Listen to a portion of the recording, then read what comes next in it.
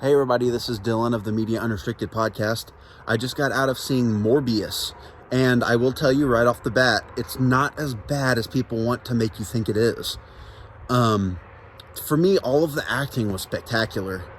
Jared Leto was fantastic. I don't see a whole lot of reviewers really giving him the credit that he deserves. He was awesome in this movie.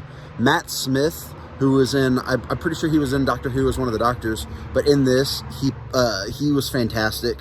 He's obviously the villain, as you saw in the trailers, and he's just absolutely fantastic. The way they tell his story in this movie, I loved.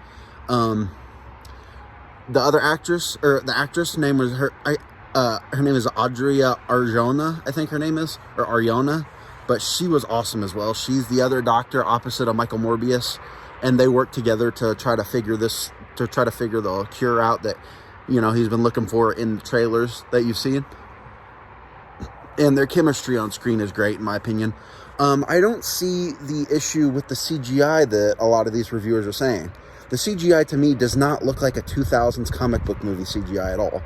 I think the CGI, for what it is, looks pretty good, in all honesty. I mean, with characters like this, you're not expecting it to be super good, or you're not expecting the CGI to be like Marvel Avengers Endgame level CGI, because the stuff's not real. And CGI is trying to make it look good, but obviously it's not going to look super real.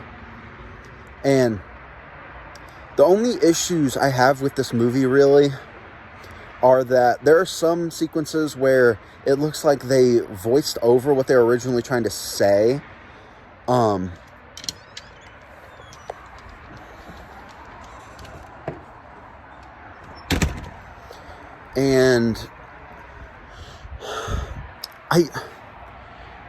And there are some scenes where I do agree with some of the reviewers where it seems like they cut some stuff out that was meant to be there, because there are some scenes that are disjointed where he's in one place and then all of a sudden he's in the next place with no explanation as to how he got there.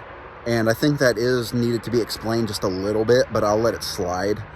To me, this is on the same level, I think, as the first Venom movie, personally. And, or a little bit less than the first Venom movie, because I really liked the first Venom movie. I think I'm probably going to give this one a 7.8 out of 10. It's good, but it's not as great as it should be.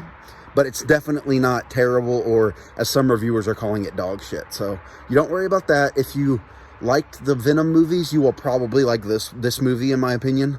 Don't believe the reviewers. Don't believe the ones saying it's one of the worst movies out there. It's really not. It's pretty good.